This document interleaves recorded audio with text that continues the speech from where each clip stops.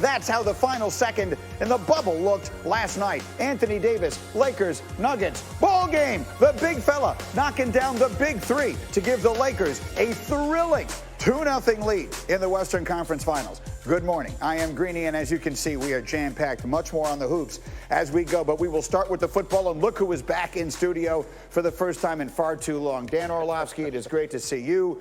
Rex is here. Ryan Clark is standing by, ready to go, because we had fabulous finishes in the NFL as well. Let's pick it up with the Cowboys and the Falcons. Yesterday, the game of the day, Dak Prescott and the Cowboys taking on Atlanta, and early on, Dan, the Cowboys turning the football over repeatedly. It starts with that. Well, some offensive line injuries, so Atlanta decides to come after the quarterback. Dak on third down decides to hold on to the football too long.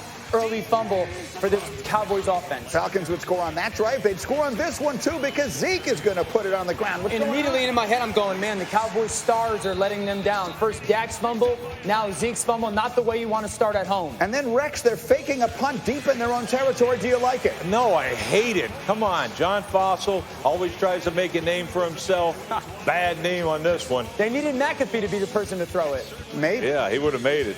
Perhaps. In this case, however, it's basically another turnover. Now, we fast forward all the way to 5 minutes left in the fourth quarter. The Cowboys down 15. They got a second down at the 10. This is Dak, and they're in business. There's some little things in this throw that are so good, Green. We're going to break it down later. This is beautiful by Dak. And then coming back with this one, just watch the athleticism by Gallup to go up and make this play, out-jump that defensive back. Huge play to spark this comeback. It's a 38-yard gain. The Falcons would challenge, but it would stand. As you see, maybe the one cheek is good for 2 feet. And the Cowboys are in business. 2 plays later, Dak going to take it himself. They're down by 2 after the extra point. Outstanding job of just executing the offense, taking advantage when the situations are there. Speaking of outstanding execution, Rex, how about this onside kick? All right, John Fossil, I tip my hat to you. He knows his kicker well in his time with the Rams. I've never seen an onside kick better than, I've never seen one like this, but it's the darndest thing I've ever seen. Look at him spin that thing across, goes 10, and now they recover it. And the Cowboys are in business. And Jerry Jones says, just like I drew it up, ensuing drive, 2nd and 10, Prescott, CD Lamb, Dan, they're in field goal range. Why you drafted him so early, the route running, the physicality, the guy that in the moment, do we have a receiver that can go win those one-on-ones? CD showed up right there. And they have the kicker to do it too. Greg the leg from 46. Zerline, ball game. Cowboys come from 20-0 down. They get their first win of the season, 40-39, and there was much rejoicing in Big D. And we take a look. This was certainly as unlikely a win as we've seen in the NFL in a long time. The Falcons scored 39 points, had 0 turnovers. According to Elias, since turnovers were first tracked in 1933, NFL teams with at least 39 points and 0 turnovers had never lost in 440 games. Cowboys and their heroics somehow make that 440-1 in what was unquestionably a win for the ages. We showed our resiliency today. And I mean, first, want to thank just those 21,000 plus fans that showed up today. As you said, I don't know if I've been in many games like this. To be able to get the win and feeling those fans that were there, that stayed the whole game, that didn't give up on us, it was simply just incredible. You look at any great season that you're able to put together, you have big moments that you're able to build off of. This is a big moment to build off of. All right, so no doubt it was indeed a big moment, and as you see, Ryan Clark is ready to go as well. But, Coach, I'm starting with you because people will point back to the Falcons losing that huge lead in the Super Bowl just a few years ago and then blowing this big lead yesterday. So the question is, was this a game the Cowboys won or the Falcons lost? No, Cowboys won this all the way. And, I mean, look, they overcame 3 turnovers, 2 stupid fake punts. I mean, that's basically 5 things. But when I look at it, I saw Dak's face. And I saw that great competitor, and his teammates saw it too. And there's another time. So it flipped. And I'll tell you when it flipped. It flipped when Zeke Elliott ran that touchdown in and ran that dude over, and he's standing over top of him in the end zone. And sometimes a physical play like that can flip a momentum in a game faster than anything. And so to me, that's the difference. That's the play I was talking about right here. Boom, beats him in there, and that dude's done. Night, he takes him out there. We're the more physical team. And it showed in his face, but it definitely showed in Dak's face, and I love it. And sometimes when you have a special season, you got to get special wins, and that's what it looked like to me. That it certainly was. How about Dak yesterday? Yeah, I mean, that's the $40 million a year quarterback performance that you needed. And if I'm Dak, I'm going to go take that tape and put it right on Jerry Jones's desk, because the Cowboys win that game, all eyes go to Dak Prescott. He was absolutely remarkable. And this overcoming a lot of injuries on their offense as well, right?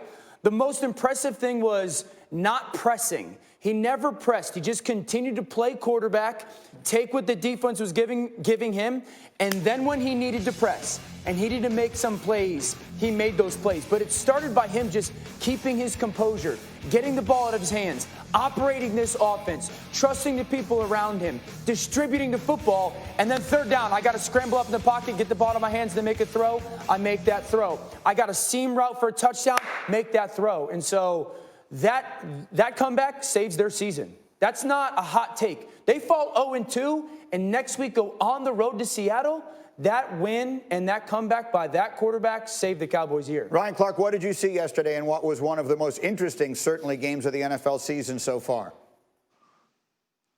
That Mike McCarthy's layoff or ineptitude was only outdone by Dan Quinn's.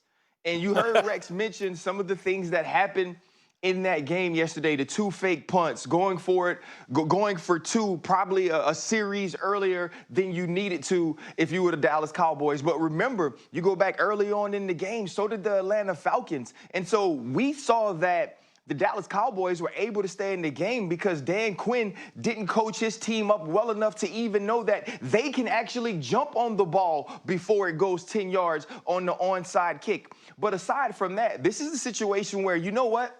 The Dallas Cowboys and this offense got forced into throwing the football. They got forced into trying to go get it. They got forced into seeing Ken Amari, CeeDee Lamb, Michael Gallup get down the field and make big plays. And they had the perfect team for it. You watched last week as this team, the Atlanta Falcons, was ate up by the Seattle Seahawks. And I said, going into the weekend, this is the week that the Dallas Cowboys need to see what these 3 receivers and this quarterback can do. And they did. And they got big ball, big plays up top. Michael Gallup makes a big play. You see Amari Cooper with the one-hand catch. CeeDee Lamb shows you what type of route technician he was.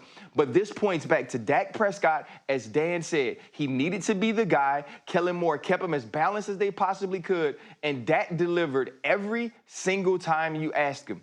He might be a Honda pilot, but he was on the Autobahn with no obstacles and no adversity, and he got to 130, which is his top limit, real fast. What a spectacular day it was yesterday in the NFL. That was only one of the games that came down to the very final second. Let's take you to the last game of the night last night, the Patriots and the Seahawks. These teams have a history of coming down to the 1-yard line at the very end. We're going to pick this thing up on the first drive for the Seahawks at their own 38. Russell Wilson off to a great start this season, but Dan, this one's going the other way. I call this the 3 Bs, bad break, bro. That's a good throw to a reliable target in Greg Olsen. Ball just pops up in the air, and of course, it gets returned for a pick 6. It's Wilson's first interception of the season, but as you say, it's not on him. Seahawks down early, 7-0. Now 7 minutes to go, third quarter. Seahawks on the Patriots 38. They're driving, and watch the battle that they win on this one by David Moore. Yeah, this is called being a professional athlete. This is why these guys are the one of the one, or one of a million, just because the body control to turn back, find that football, clip the pylon,